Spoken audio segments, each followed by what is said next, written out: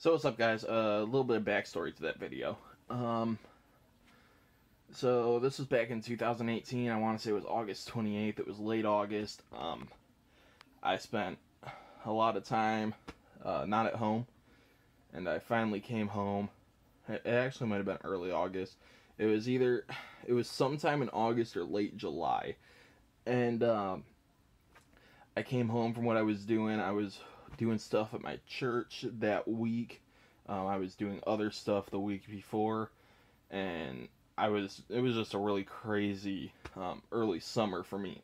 So got done doing what I was doing at church, came home, and I didn't feel like sleeping because, like I said, severe weather fan, storm chaser, storm spotter, all that good stuff. And if you're like me, you don't sleep when there's a severe weather threat in your area. If you aren't able to mobilize, and that when you are kind of forced to fix spot. Back then, I would think I was. How old was I? Well, it was 2018. I would have been 16, and I'm just now getting my about to get my driver's license, stuff like that. So or right now I'm just now about to get my driver's license because I was slow on it. And I get this marine weather statement, whatever. I live far from the lake. Well, not far. I live about 5 miles from Lake St. Clair. And Detroit River is even further, and St. Clair River is further. So I'm like, whatever. And not thinking of anything of it, I look out the window and it's just coming down. I didn't read the weather statement, and it's just torrential downpour, windy as hell. So I go outside and I start recording, as you see in the video, or I started recording before actually. And I stayed on the porch the entire time, but and the porch was covered, so I wasn't getting wet. My sister ended up coming out telling me to get back inside. But when I came back inside, I finally read the marine weather statement, because I think it got updated. And it was a waterspout threat, or that there was a waterspout reported. And so, yeah, so that could have very well been, I think it could have been far end of the gust front. This was down in the Detroit River, near the Ambassador Bridge. I think this could have been a gust front from that waterspout. So, yeah, like I said in the before the video, don't be going out and not knowing what you're dealing with.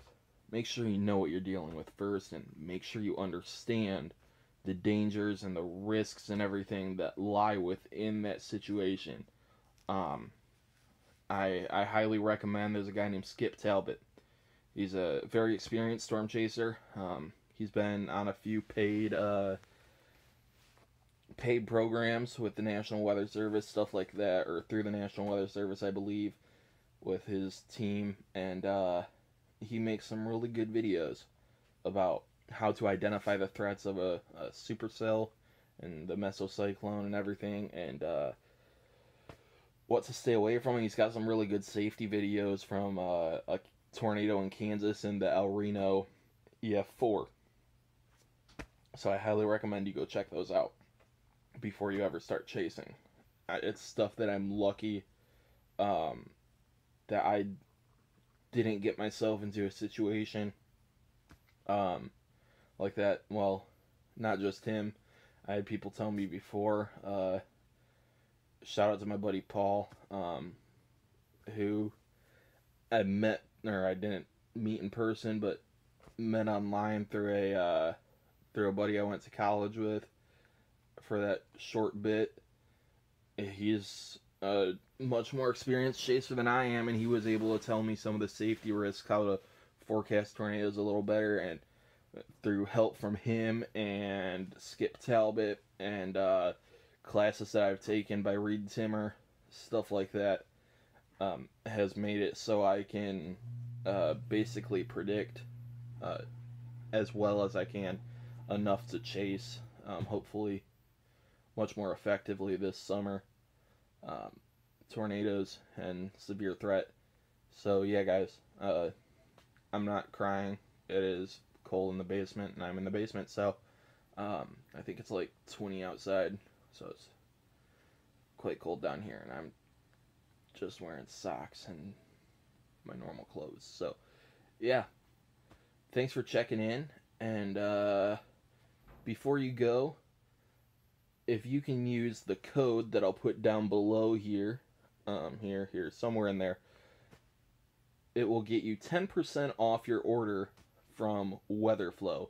They've got amazing products. They've got the weather meter, which I use. I've shown it off in a couple and bragged about it in a couple videos. They sell the Tempest weather station, which is looks like it's the best weather station, home weather station ever. It brings a lot of the professional uses of a weather station to the everyday consumer. It makes it possible for the everyday person to enjoy all of the things that the professional weather stations have to offer in a much more narrowed down version. And also, one last thing before I go. Check out this dope merch. What's up, everybody? I am very happy to announce that Nader Chasin now has merch. We've reached nearly 3,000 accounts across all of social media in the past month, and I did a poll, and it looks like people are in favor of Nader Chasin merch. So check it out. Some of these things are a little expensive. I plan to fix that later. I got stranded with Nader Chasin shirt, and on the back it says Boardman, Ohio. Just a bunch of great stuff. We got mugs, bags, all different kinds of shirts, whether it's a hoodie, tank top, couple different kinds of hoodies for men, women, children, and I believe we might have a toddler shirt in here. I'm not sure. We got stickers, phone cases for iPhone and Samsung. Just an amazing variety to start off with. So make sure to go over to Teespring and buy some stuff to support the channel, or just support the chasing overall. It costs a lot of gas and maintenance, and everything that goes into it is really costly. And thanks for being such great supporters, and I hope to make many memories across this chase season and beyond with all of you.